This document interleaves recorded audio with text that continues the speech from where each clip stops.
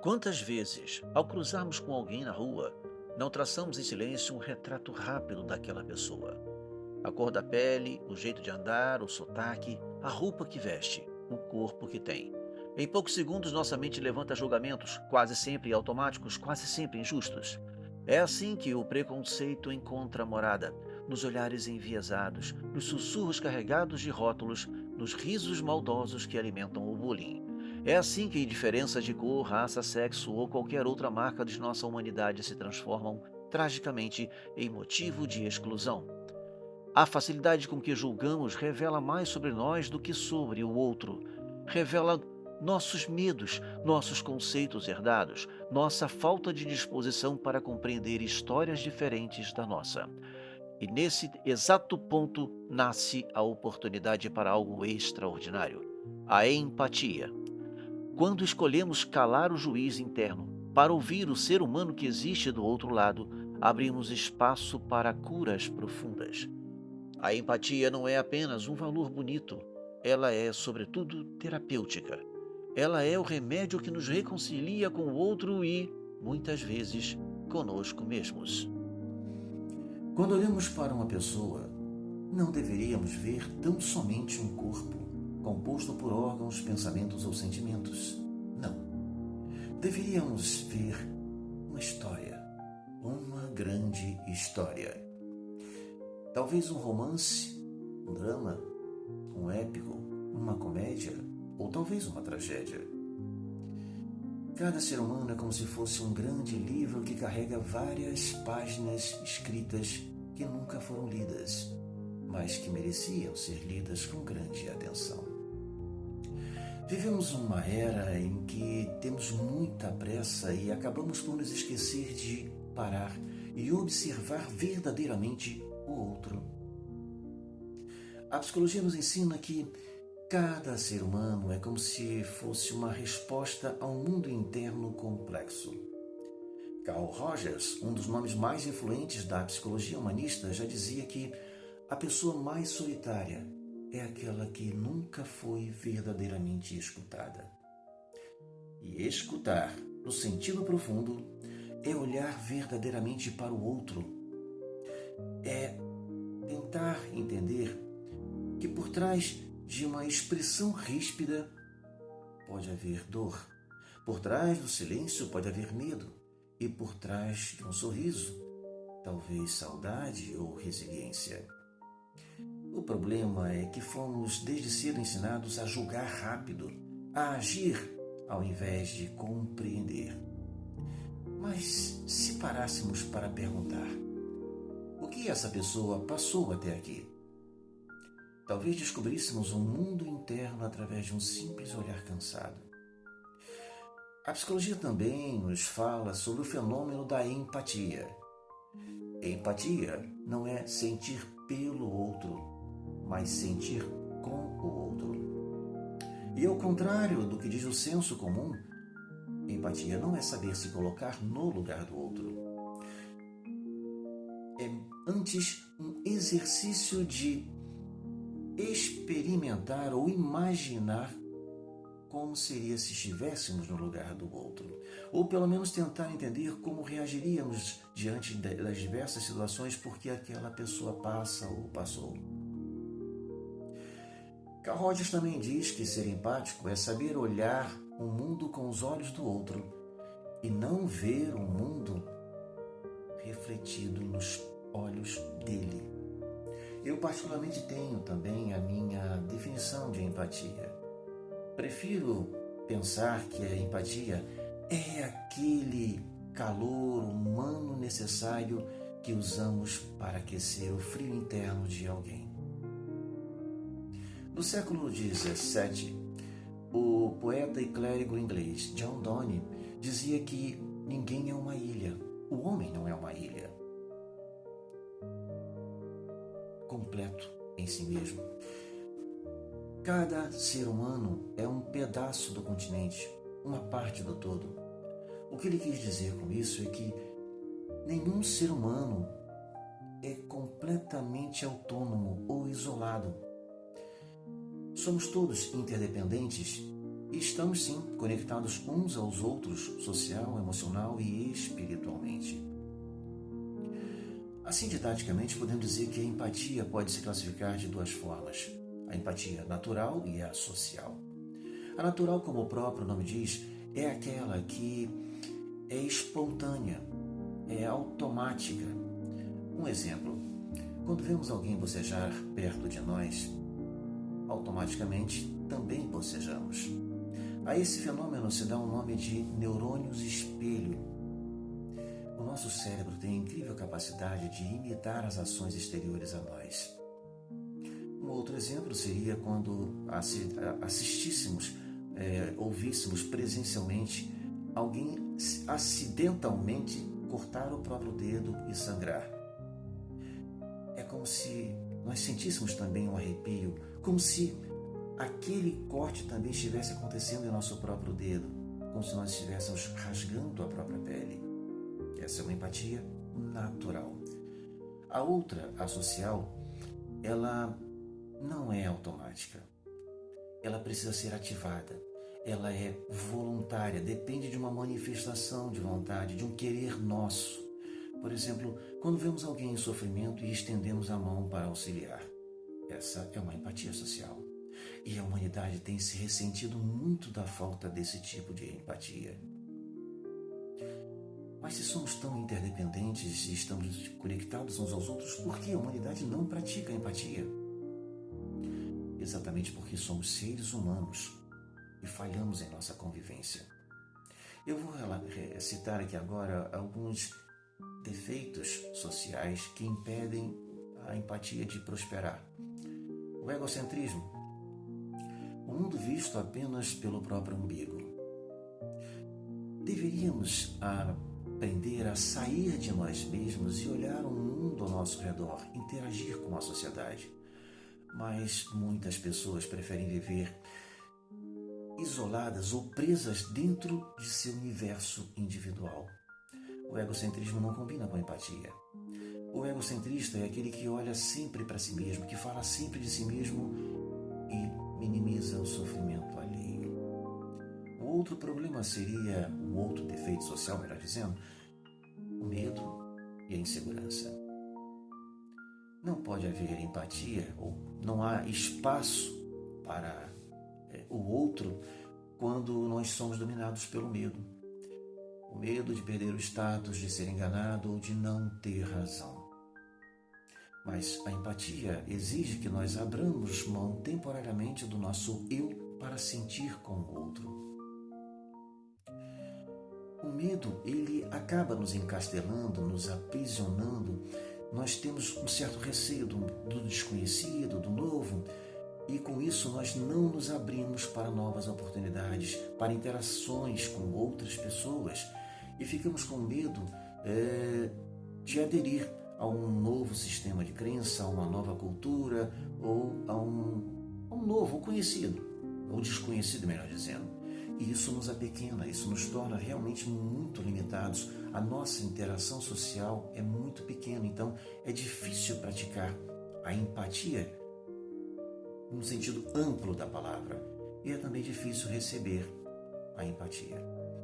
O outro problema seria a falta de autoconhecimento.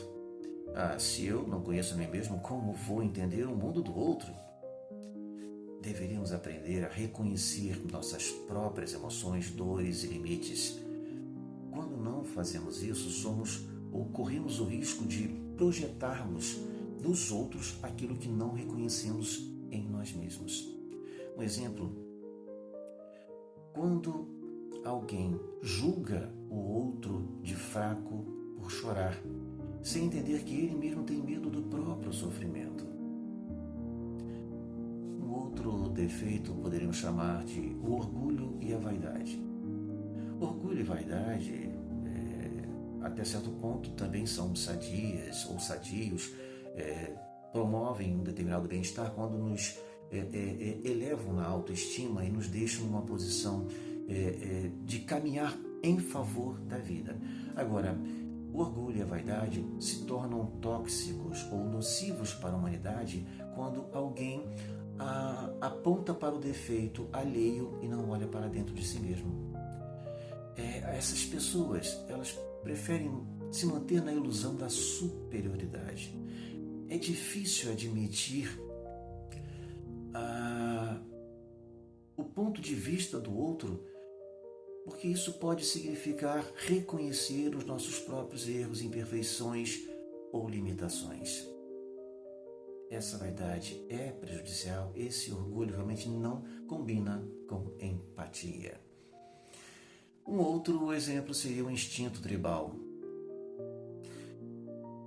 Quando nós fazemos parte de um determinado grupo,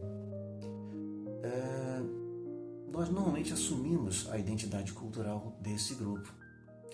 E é assim que muita gente acaba se tornando meio que bairrista, etnocentrista. O meu mundo é o melhor, o meu grupo é o melhor, a minha religião é melhor, o meu clube, o meu país é o melhor. E aí rejeitamos a cultura do outro, as crenças do outro. Não admitimos que o outro tem a possibilidade de ser melhor do que o que nós já vivenciamos, porque o nosso grupo tem uma cultura superior. Isso é o tal do instinto tribal. Um outro problema poderia ser a pressa e o imediatismo. Vivemos numa era de tanta pressa que julgamos muito rápido mesmo. E esse é um grande problema, o imediatismo. O sociólogo polonês Zygmunt Bauman já dizia que, quando ele criou o conceito de modernidade líquida, que tudo hoje em dia é volátil, é passageiro, nada é estável, tudo flui rapidamente ou escorre como um líquido por entre os dedos. Mas a empatia, ela exige pausa, escuta, paciência. Precisamos aprender a pausar, a escutar, a entender o outro e não passar correndo pela vida sem observar esses detalhes. Muitas pessoas podem estar sofrendo e nós não estamos nem percebendo. Até nós mesmos podemos estar sendo vítimas disso. O outro problema poderia ser a falta de educação emocional e cultural. Normalmente, desde cedo, as escolas e famílias não ensinaram ou não nos ensinaram a lidar com os nossos próprios sentimentos, a nomeá-los e respeitar a diversidade. Assim crescemos que meio que analfabetos emocionais, completamente despreparados para sentir com o outro. É assim que algumas pessoas, quando veem outra chorar, apontam o dedo para elas e dizem: engulam o choro. A mulher no trânsito, perigo constante, o homem é tudo igual. Quando crescemos aderindo a esses pensamentos padrões, engessamos a nossa mente, copiamos e colamos e não evoluímos nesse sentido. Não podemos praticar a empatia quando acreditamos em algo assim tão limitado. A empatia exige abertura, exige doação. Mas quando estamos dentro de uma caixa, dentro de uma clausura, dentro de um pensamento engessado, um padrão de pensamento completamente fechado, a empatia não rola. Agora eu vou citar exemplos de alguns filmes que se não tratam de forma direta ou pelo menos indiretamente sobre a empatia. O filme Extraordinário. Augie Pullman. Esse menino nasceu com uma síndrome congênita, uma deformidade facial. Ele fez 27 cirurgias plásticas no rosto e aos 10 anos seus pais o levaram para estudar numa escola regular. Ele estava todo otimista, todo feliz, porque veria um mundo agora diferente, iria interagir com outras pessoas. O problema é que ele foi rejeitado por muitas delas. Mas depois, com o passar do tempo, não só os professores e alguns colegas mais próximos, mas todos aqueles agressores passaram a admirá-lo, passaram a respeitá-lo, porque conheceram a sua história pessoal. Eles viram que por trás de um rosto feio havia toda uma beleza interna.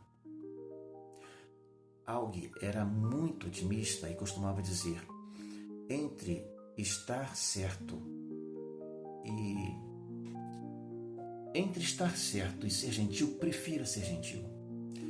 Quando as pessoas viram o quanto essa história pessoal do Howie era muito sofredora, mas ao mesmo tempo linda, e o quanto ele reagia com otimismo a essa situação, eles encontraram uma linda história. Eles abriram um livro de histórias, o livro Augie Pullman. É muito importante que nós entendamos isso. Às vezes nós não nos damos conta de que estamos fazendo mal a outras pessoas. Quando nós rejeitamos, quando discriminamos, quando exercemos o preconceito, quando nós praticamos bullying, nós de uma certa forma podemos estar empurrando essa pessoa para o isolamento, para a solidão. No dia 2 de julho de 2025, uma reportagem do jornal o Globo destacou que a OMS, Organização Mundial de Saúde, fez um levantamento, uma pesquisa, em que 871 pessoas morrem por ano por falta de contato social. Temos que tomar muito cuidado com o que nós andamos praticando. A empatia é o remédio salutar que nós devemos usar para ajudar a humanidade a ser mais humana. Porque nós às vezes nós empurramos realmente algumas pessoas, sem perceber, para esse isolamento, para essa falta de contato social. Ela se sente rejeitada, ela se sente discriminada, ela se sente um patinho feio, como se ela não pudesse fazer parte daquela sociedade, como se ela tivesse nascido com alguma culpa. Nós não conhecemos essa pessoa, mas ela tem o seu livro de história pessoal. Seria muito importante que nós abríssemos de vez em quando esses livros também. Um outro filme é o Divertidamente. Ali nós vemos o quanto que o mundo externo pode trazer raízes emocionais profundas. Atrás de um simples mau humor ou de um silêncio, nós temos um mundo emocional profundo. O que vemos por fora, o que nós vemos uma pessoa manifestar, tem, de repente, uma profundidade tanta que nós não conhecemos e nós não entendemos por que determinadas pessoas agem da forma como agem. Seria muito importante que nós também soubéssemos analisar isso. Conhecer a história pessoal de uma pessoa, escutar, abrir esse livro é muito importante para ajudar. A empatia funciona assim. Um outro filme é A Procura da Felicidade. O Chris Gardner, interpretado por Will Smith, seria tão somente um homem de terno andando apressadamente pelas ruas ou correndo apressadamente pelas ruas se não parássemos para ouvir a sua história. Ele ficou desempregado, ele tinha dificuldades financeiras, foi despejado, abandonado pela esposa e virou um sem-teto com seu filho de 5 anos. Dormia em abrigos, em estações de ônibus, em banheiros públicos e era julgado pela sociedade por ser esse sem-teto. Ele era discriminado, rejeitado, mas ninguém parou para conhecer a batalha invisível que esse homem enfrentava todos os dias para não deixar seu filho dormir ao relento. E o que nós fazemos é exatamente isso, julgar pelas aparências, aquele julgamento rápido, julgamos e condenamos, mas não escutamos a história dessa pessoa, não procuramos conhecer o que ela vivenciou, por que ela passa por aquela situação, não abrimos o seu livro pessoal. Outro filme também lindo e maravilhoso é Patch Adams, O Amor é Contagioso. O Dr. Patch Adams, ele não tratava doenças, ele tratava pessoas. Ele não olhava para o diagnóstico. Na verdade, ele queria conhecer a história pessoal daquele paciente. Quem ele era, do que gostava, quem amava. Para ele era mais importante essa história do paciente do que o prontuário dele, ou os seus exames clínicos diagnósticos. Isso é humanidade, isso é empatia, é se interessar pelo outro, é estar com o outro e escutar o seu livro pessoal.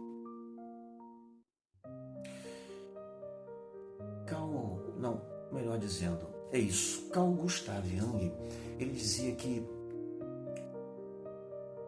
nós devemos, ou melhor, conheça todas as teorias, domine todas as técnicas, mas ao tocar uma alma humana, seja apenas uma outra alma humana. Se a empatia é algo tão lindo, tão transformador, o que estamos esperando para praticá-la agora? Essa é uma pergunta que eu deixo com vocês no ar. Aquele bom dia para todos. Se cada um de nós começasse a olhar o outro com os olhos atentos, empáticos, sem julgamentos, talvez o mundo fosse um lugar mais suportável, mais leve, mais humano. Então, da próxima vez que você cruzar com alguém, tente imaginar qual história essa pessoa carrega dentro de si. E ao se olhar no espelho, faça o mesmo. Honre a sua história com carinho. Já percebeu quantas páginas difíceis você escreveu e sobreviveu? Você também é um livro e é precioso, muito raro, e o mundo precisa da sua leitura completa.